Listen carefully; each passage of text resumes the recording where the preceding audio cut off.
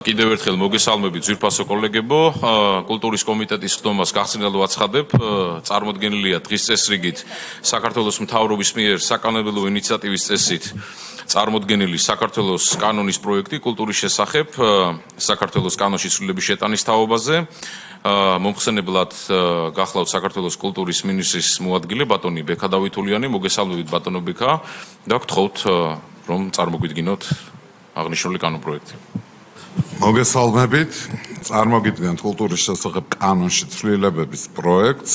პირველი მოსმენა პრინციპების დონეზე განმარტავ, რომ 29 მუხტს კულტურის შესახებ კანონისას ემატება ჩვენი ინიციატივით მე-7 და მე-8 პუნქტები, რაც რეალობაში ნიშნავს ერთადერთ რამეს, რომ დღის მდგომარეობით კულტურის სამინისტრო უშუალოდ ახორციელებს ინსტიტუციურად დაფინანსებას და პროგრამების ხელშეწყობას კულტურის დარგში და გვინდა ეს უფლება-მოსილება გაუნაწილოთ ასევე სიპსაც გქონდეს შესაძლებლობა, რომ ეს დაფინანსება კულტურის მინისტრის ბრძანების შესაბამისად, ვისაც ამისი უფლება-მოსილება მიენიჭება, დააფინანსოს.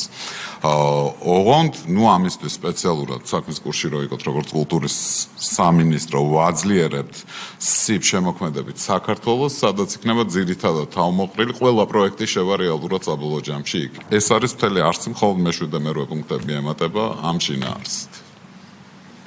დიდი მადლობა, მეც მინდა მცირე კომენტარი გავაკეთო ამ საკითხთან დაკავშირებით და მინდა მადლობა გადაუხადო საქართველოს მთავრობას, კულტურის სამინისტროს ამ წარმოდგენილი კანონპროექტისთვის. ჩვენ ბევრი გვისაუბრია სხვადასხვა დარგის წარმომადგენლებს, თუ როგორ უნდა ყოფილიყო ეს საკითხი გადაწყვეტილი და მიხარია რომ ერთ-ერთში დაემთხვა ეს ჩვენი მოსაზრებები ერთმანეთს.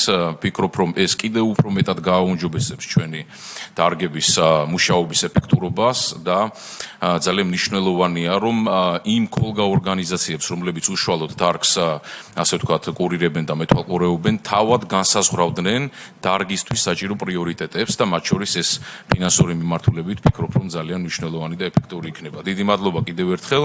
თუ გვაქვს კითხვები, მოსაზრებები, გთხოვთ. მოგესალმებით, ძალიან მნიშვნელოვანია წარმოდგენილი კანონპროექტი, ვინაიდან სიპებს ეკდებათ უფრო მოქნილი შესაძლებლობები, რომ ეფექტიანად განახორციელონ დაგეგმილი პროექტები და უფრო სწრაფად და ქმედით იქნება მათი საქმიანობა და კიდევ ერთხელ მივესალმებით თქვენს მიერ წარმოდგენილ კანონპროექტს. ერთ დამაზუსტებელ კითხვას დავსვა ბატონო ბექა, აქ ამ შემთხვევაში სიპების ანგარიში ვალდებულების ნაწილში როგორ არის მინისტრის ბრძანებაშივე განისაზღვრება ეს საკითხი თუ თავად კანონში ჩაიდება?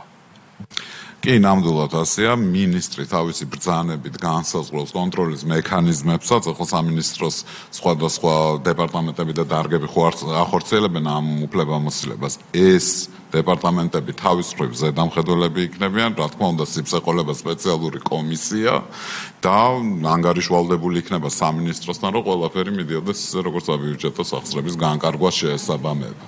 მექანიზმი თავისთავად გაწერილი იქნება. მადლობა, კითხვები ხომ არ არის?